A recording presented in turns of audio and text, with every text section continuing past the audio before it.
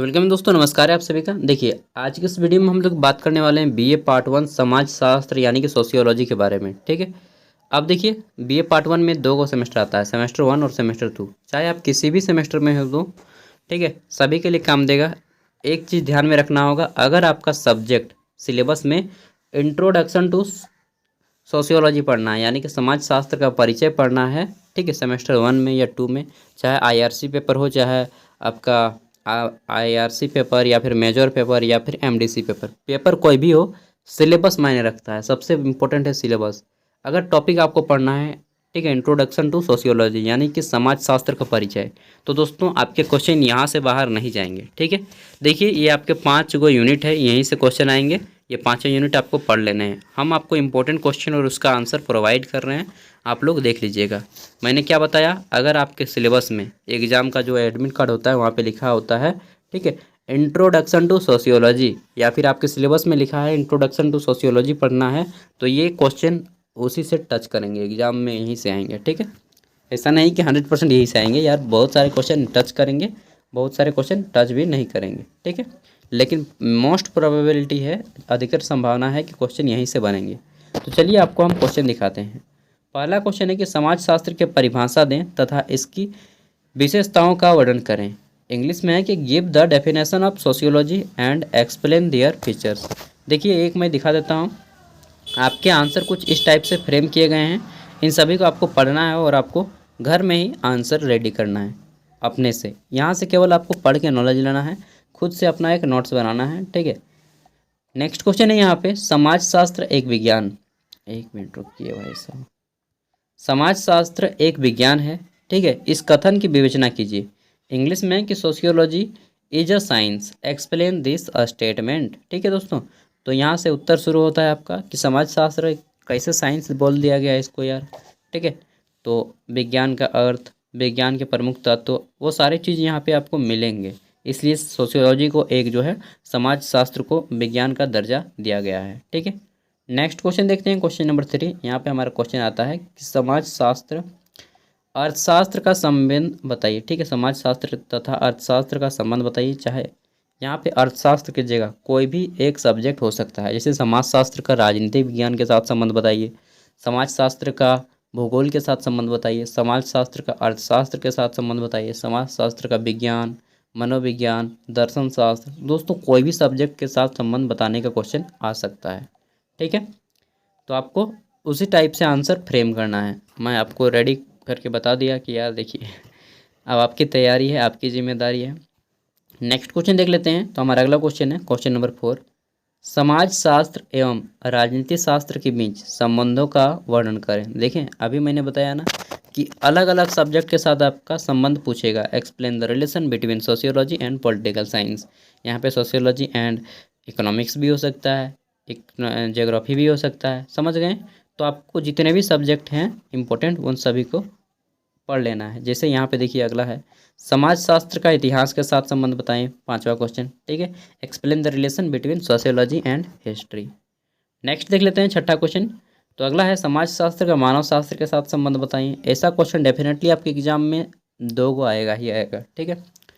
तो describe the relation between sociology and anthropology. दोस्तों, मानव शास्त्र जिसमें मानव के संपूर्ण जीवन का इतिहास पढ़ा जाता है। ठीक है। नेक्स्ट क्वेश्चन देखते हैं, क्वेश्चन नंबर हमारा 7 आता है। इसमें पूछा गया है कि समाज शास्त्र तथा मनोविज्ञान के बीच संबंध बताइए। मनोविज्ञान मतलब साइकोलॉजी, ठीक है, जिसमें मन का अध्ययन किया जाता है, मनुष्य के मन, मस्तिष्क, दिमाग का अध्ययन किया जाता है।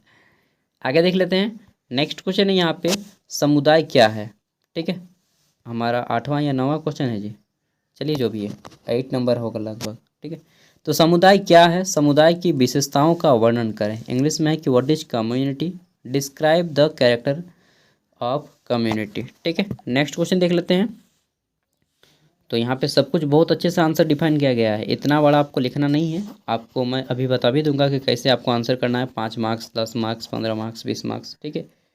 देखिए, क्वेश्चन है नेक्स्ट हमारा कि संस्था की परिभाषा दें, इसकी प्रमुख विशेषताओं का वर्णन करें। इंग्लिश में है कि give the definition of institution. ठीक है। Explain there characteristics. तो दोस्तों, संस्था क्या है, जैसे हम लोग बोल दिए बहुत सारे संस्था होता है। ठीक है। बाल विकास संस्था।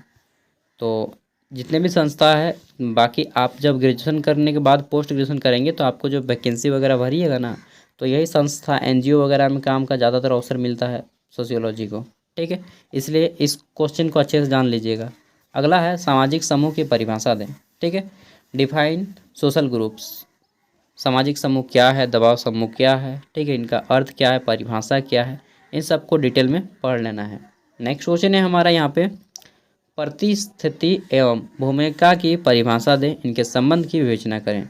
Define state and rule role, discuss its relation. ठीक है, तो परिस्थिति क्या है आपको पढ़ना है। एंड चलिए नेक्स्ट क्वेश्चन देखते हैं। तो यहाँ पे बहुत हायरार्की बना बना के बताया गया है, डॉक्टर के साथ संबंध, फिर प्राध्यापक के साथ। ठीक है, हायरार्की दे दे के बताया गया है इतना इजीली, और इन सबको समझना है और अपने से नोट करना है। ठीक है, नेक्स्ट क्वेश्चन देख लेते हैं। अगला है कि प्रश्न परिस्थिति एवं भूमिका से आप क्या समझते हैं, प्रत्येक की विशेषताओं का वर्णन करें। इंग्लिश में है कि what do you understand by a state and role, explain the characteristics of each of them. ठीक है, तो ये हो गया आपका। नेक्स्ट क्वेश्चन देख लेते हैं हम लोग। आगे हमारा क्वेश्चन है कि भारत में धार्मिक एकीकरण पर एक निबंध लिखो। ठीक है, तो निबंध लिखना है इसके बारे में, मैंने गलत पढ़ा लिखे हैं। ठीक है, right an essay on religion inter relation in India. देखिए दोस्तों, हम लोग के भारत में बहुत सारे धर्म रहते हैं, हिंदू, मुस्लिम, सिख, ईसाई। ठीक है, आपका बौद्ध, जैन, उसके बाद क्रिश्चियन, वही हो गया ईसाई यार। ठीक है, यहूदी। तो इन सब में जो है हम लोग बहुत मेल भाव से रहते हैं, लेकिन ये मीडिया लोग जो है ना बुढ़ साला, मतलब क्या बताएं यार, मीडिया लोग लड़ा देता है आपस में, नहीं तो आदमी लड़ता नहीं है। मीडिया, न्यूज़पेपर, यही सब लड़ने के कारण है। मेरे बहुत सारे दोस्त मुस्लिम है यार, बहुत सारे दोस्त आपका जैनीज हैं, लेकिन हम लोग सभी कभी आपस में नहीं लड़े। लेकिन आप मीडिया का बात सुन के लगेगा और न्यूज़पेपर का सुन के, यार ये एक दूसरे का तो जानी दुश्मन है। लेकिन नहीं, यही लोग लड़ाता है। राजनीति फूट डालो और राज करो, शुरू से नीति है इन लोग का। इसलिए दोस्तों, राजनीति में रहिए लेकिन उनसे बच के रहिए।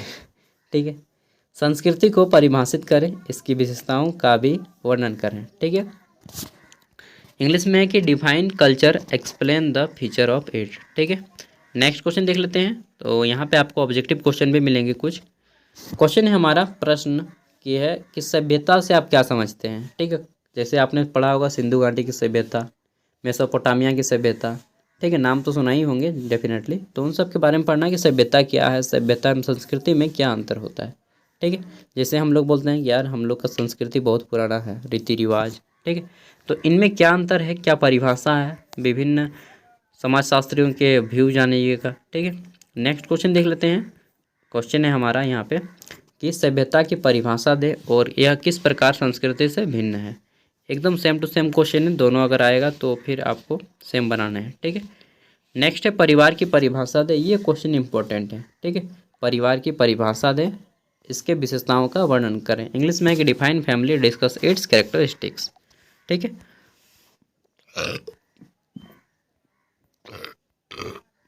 यार क्या बताऊँ, खाना खा के उठाऊँ, थोड़ा सा डकारे ले रहा हूँ। अब देखिए यहाँ पे आपके ऑब्जेक्टिव प्रश्न आते हैं। जैसे समाजशास्त्र का पिता किन्हें कहा जाता है, तो अगस्त काम्टे जी को कहा जाता है। ठीक है, ये इंपॉर्टेंट क्वेश्चन है, बहुत बार पूछा जा चुका है। अगला है समाजशास्त्र को सामाजिक क्रियाओं के विश्लेषणात्मक अध्ययन के रूप में किसने परिभाषित किया। ठीक है, तो मैक्स वेबर ने परिभाषित किया। दोस्तों यहाँ पे टोटल आपके 23 क्वेश्चन दिए गए हैं, ये सभी को अच्छे से रीड कर लेना है। ठीक है, और हो सके तो अपने से और एक दो ऑब्जेक्टिव बना लेने हैं। और इन सभी क्वेश्चन को देखिए मैं आपको दे देता हूँ इस तरह से PDF बना के, वीडियो का डिस्क्रिप्शन में मिल जाएगा, ताकि यार आप लोग में से बहुत से लोग ना बाहर जाके काम करके भी पढ़ाई करते हैं। ठीक है, उनके लिए गैस पेपर वगैरह लेना मतलब नहीं मिलता है इजीली, तो मैं आप लोग को इतना हेल्प कर देता हूँ दोस्तों, बाकी आप लोग की यार। और आप लोग इसमें मोबाइल में रख के भी पढ़ सकते हैं इजीली, जहाँ मन किया वहाँ पर निकाल के पढ़ लिए। ठीक है, ये मत बहाना बनाइएगा कि मेरे पास रिसोर्सेस नहीं थे इस कारण मैं नहीं पढ़ पाया। ठीक है, इसलिए मैं आपको हर तरह से सहायता दे रहा हूँ। बाकी मिलते हैं अगली वीडियो में। अगर आपका कोई दोस्त हो तो उनको शेयर कर दीजिएगा। बाकी यहाँ पे आपको ग्रेजुएशन का पूरा गाइडेंस दिया जाएगा। चैनल पे पहली बार आए तो सब्सक्राइब कर लें, क्योंकि यह फ्यूचर में आपको बहुत काम देने वाला है। Thank you. मिलते हैं अगली वीडियो में। और जितने भी पेपर हैं अदर सेमेस्टर 1 या सेमेस्टर 2 या सेमेस्टर 3 सभी के काम में देंगे, ठीक है। जितने भी पेपर हैं आपके, अंडरस्टैंडिंग इंडिया हो, चाहे CC paper, mathematical computational thinking हो, all over paper. Thank you दोस्तों, मिलते हैं अगली वीडियो में, बाय।